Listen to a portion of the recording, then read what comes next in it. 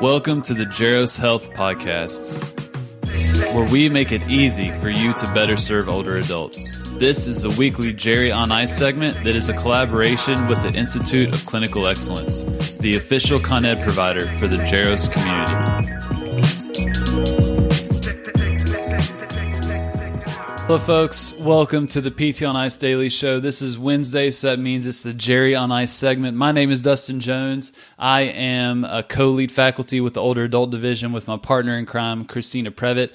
We teach modern management of the older adult, the 2-day live weekend course, and also the 8-week online cohort. We're currently wrapping up our cohort that started back in March. Awesome group of people, super engaged the whole time, amazing conversations, and just been really motivated by a lot of these people and have learned a lot. I know it's been kind of that mutual shared experience where we get on these, bi-weekly calls and we talk about the cases that we present, and it never fails. Each cohort has a different perspective to bring to the two cases that we typically cover. And it's been really awesome. Our next cohort is going to be starting in early June. But a big theme in these discussions has been the importance of assessments, but also screening. And I feel that is very important in Jerry PT, regardless of your setting, just because we have such an opportunity to be able to influence people's functional trajectories, what their quality of life looks like down the road based on our assessments and ultimately our interventions. But our interventions are not going to be appropriate unless our assessments are absolutely dialed in. So I harp really heavily and consistently in the course on letting our assessments influence our interventions, not our assumptions, which is typically the case in Jerry PT. However, the question is starting to become more and more prevalent of how accurate are our assessments to real-world performance. Does my timed up and go and my SPPB and the Berg that I perform actually portray what is happening out in the community, out in the person's home, out doing whatever they do whenever they leave our clinic or the hospital, for example? And the literature, the researchers are really starting to ask that question as well, and are coming up with some pretty interesting studies that are really challenging a lot of how we go about things in terms of our assessment. So today, the title of this episode will be called "Why Your Gait Assessment is Different from Reality and What to Do About It." But I wanted to focus on one particular article that I found very, very interesting. We'll take our time to just kind of dive through this and break it apart, but more importantly, give you practical tips on what we can actually do starting today when we're working with our patients. So I'm going to pull this up on a tab here. Let me read you the title. Is everyday walking in older adults more analogous to dual task walking or to usual walking? Elucidating the gaps between gait performance in the lab and during 24/7 monitoring. I'm going to read that again. Is everyday walking in older adults more analogous to dual task walking or to usual walking? Elucidating the gaps between gait performance in the lab and during 24/7 monitoring. So there are two questions that the researchers wanted to answer. I'm going to read this verbatim. First one, is daily living gait, which typically takes place in a complex, cognitively challenging environment, more similar to dual task walking as measured in the laboratory? So how people are walking in their day-to-day life in their normal conditions, is it similar to dual task walking measured in a controlled environment like a laboratory? Second question, about how much of daily living walking is worse than in-lab dual task walking? Our measurement of dual task walking in terms of the quality of the ambulation that's happening in their day-to-day lives, does that really correlate? So here's how they broke this down. So they took participants between 60 and 90 years old, and this is the inclusion criteria. They had to have stable medications, so not a lot of fluctuation in their medications. They had to have had at least 2 falls within the past 6 months, which is a lot. 2 falls within the past 6 months, that'd be a big red flag if someone said that to you in your clinic, or for me, doing home health. But this is what was kind of interesting, is their exclusion criteria is if they had a psychiatric comorbidity, a history of stroke, TBI, other neurological disorders, acute lower back or extremity pain, peripheral neuropathy, rheumatic or orthopedic diseases, dementia, or cognitive impairment. Those people were not allowed in the study. So what we can assume when I kind of picture this person in my mind is a pretty healthy older adult that has some balance issues that's falling pretty frequently. But overall, they're doing pretty well. They're pretty healthy, and I think this is pretty common. This is a lot of people, especially the outpatient folk that watch this or listen to this. These are people that you're probably going to be seeing. They also recorded their MoCA, or their cognitive capacity, the falls efficacy scale, the SPPB, the 4-square step test, and the mini BEST test, which is a balance assessment that Christine has talked about recently. And so after it was all said and done, that was about 150 people. So relatively healthy, community-dwelling older adults that are frequent fallers, but overall a pretty common person, I think, of what we would see. And so what they tried to do is they looked at their in-lab gait assessment and then recorded their gait parameters in their home or just in their daily living. Okay, and what they used was an accelerometer. So they basically took a belt, and then the accelerometer was in the belt, and they just put it around their waist. And so the accelerometer was hitting right around L4 and L5. And for the people that were in the community, they took that accelerometer and taped it at that same level. And that accelerometer can measure a few things. So it can measure step time, step length, gait speed, step regularity, and stride regularity. So it was measuring this in the lab and then in the community. So when they were in the lab, what they did was 1 minute of just usual walking, walk like you normally do. And then they did 1 minute of dual task walking. What they did was count down from a random 3-digit number by 3. Which if any of you have tried that, you probably notice a little difference in how you're walking. So they did the usual walking and then dual task walking in the lab and then measured those parameters that I mentioned. And then they did the same for a period of time whenever the people were in the community or in their home. Now, in their home, what constituted as a bout of ambulation that they were recording those parameters was over 30 seconds.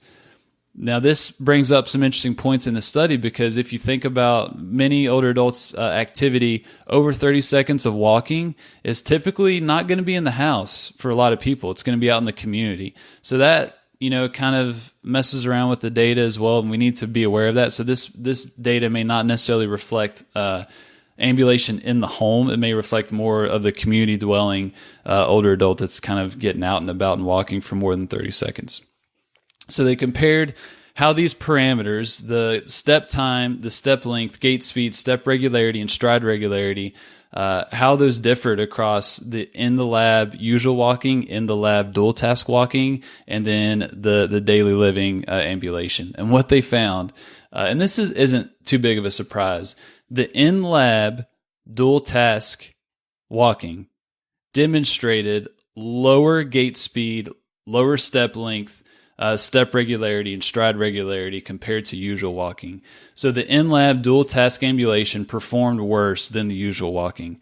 Not new. We already know this, thanks to many people, but Meg Lowry comes to mind, of just someone that really is preaching how important dual tasking is in day-to-day life, and how someone's inability to perform dual task functional activities can really impair their performance and their quality of life. She's been talking about that a lot. Clock Yourself app is based on some of that literature. So dual tasking versus single tasking or usual walking, dual tasking did much worse. Not new. That's been replicated in several other studies. What is interesting, though, is when they looked at the in the lab dual task ambulation compared to the regular daily living ambulation, the mean in terms of the values of those parameters look pretty similar. So when you just kind of looked at the general mean, not much of a difference. But then when you actually look at the data points and graph them out, nearly 55% of the daily living ambulation parameters were worse than the in-lab dual task parameters. So 55% of this group's ambulation in their regular daily living was worse than their performance of a dual task effort in the lab. I hope that makes sense. 55% was worse. That's a big number. That is a huge number. And so what are the big takeaways from this? They didn't look at treatments. They didn't see, how could we influence this or come up with new, assessment per se. But I think we can glean a lot from this in terms of how that influences our assessments and, ultimately our interventions, which I'm going to talk about on the next PT on Ice. So the first thing, the big takeaways, Testing in the lab represents what the patient can do, like capacity, not necessarily what the patient is doing. There's several factors that go into that. Many people, they're kind of performing at their best when they're in front of us. They're it could be a highlight for them, that they are getting out of their house or we're coming to their home. And so they're trying to be on their A game. They may be afraid of poor performance and what that could mean. So people are typically trying to do their best when we are performing their assessment. That can influence it tremendously. But also, our assessments may not necessarily be able to replicate what's happening in the real world. So testing in, our assessments sometimes, and I would say usually represents what the patient can do, not necessarily what the patient is doing in the real world. And that's something that we need to acknowledge and account for in our assessments. The second thing, which is nothing new, but for some of you that aren't aware of this, dual tasking impairs performance for many older adults. You will probably feel this yourself. If you do a timed up and go, so you're sitting in a standard chair, you walk 10 feet, turn around, come back and sit down, do it as fast as you can, and time it. Then do it again and count down from 103 by 3, for example. And then compare that time. There's probably going to be a little bit of a difference, and that's even more dramatic in older adults. So I think the dual tasking is something that many of us may not necessarily be assessing. So we need to incorporate that at a minimum when we are assessing older adults. So some great tests to do that. Christina talked about the mini best test. I think that was a few weeks ago. The dynamic gait index, DGI, or even a dual task tug are some good functional measures that will look at how layering on that cognitive component, how that impacts motor output and performance. Get an idea of how that influences people's performance, and that can also influence your interventions. So add that into your assessment. Layer on that cognitive component. So mini best test, DGI, dual task tug are 3 simple, great ways that you can do that starting today. Then third, a dual tasking assessment may not even represent 55% of the demand of daily ambulation. So even that mini best test, for example, may not even represent that 55% of that daily ambulation where people are performing worse when they're not in that controlled lab. So we're likely leaving a lot on the table in terms of information that we're gathering with this assessment. So this is where I'm really going to encourage you, the outpatient therapist, to kind of put your home health hat on, because me as a home health therapist, I'm walking throughout the house. I'm having them show me how they get in and out of bed, how they get on off the toilet, how they get in and out of their tub, how they get in and out of their house, how do they walk down those steps, how they get on that sidewalk, how they get in and out of their car. I know you don't have that luxury, Mr. or Mrs. Outpatient Therapist, but try and simulate those real-world activities so you can get an idea of how they're actually performing. It's very different than a simple timed up and go or you observing their gait pattern walking down the hallway to the treatment room or the evaluation room. Add on that complexity, that real-world complexity of having to manage a car door, for example, or manage a curb, or be able to look out for traffic as they're about to cross a street. Some of those things that make things much more complex and nuanced, but you can get a lot of information of how they're actually performing when they're not in your nice, controlled outpatient environment. Think like a home health therapist. So whether it's some type of obstacle course, whether it's taking them outside, crossing a street, performing activities while they're ambulating, making sure you're talking to them or having to do some of that sequential counting, something. Layer on that cognitive component with your assessment that will give you some information. That can also inform your treatments and what you're going to do, because we know we can improve performance with dual tasking by performing more dual tasking, i.e. the Clock Yourself app, among many other things. And we're going to talk about some of that research on the next PT on Ice. So those are the big things. This was a very interesting study. It makes me think, again, about my assessments and what I'm leaving on the table. But our assessments may not match reality, especially when we're talking about gait. And we need to really think about that and account for that and really challenge people and simulate their real world activities and demands as much as we can when we're doing our assessments, and that can ultimately inform our treatment. So we'll talk about treatments and interventions, in particular to dual tasking on the next PT on Ice, but I just wanted to start there. for y'all. So thank you for listening. ptonice.com. I encourage you to go there so you can see where we're going to be teaching, but get on that Hump Day Hustling email. Every Wednesday, the faculty shares their most pertinent research or blog articles or just things that were interesting for the work that we do. And Jeff writes up a very succinct email and links those out. And it's just very concise and efficient and has a lot of value. So go to the bottom of ptonice.com, sign up for the Hump Day Hustling email. I encourage you to do that. Otherwise, I will talk to y'all in a couple weeks. Take care.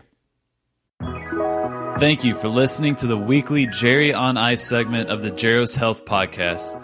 If you found this episode helpful, you should go to jaroshealth.com to check out our course offerings that will make it easy for you to better serve older adults. Once again, that's GEROS health.com and click on the courses tab. Thanks for listening.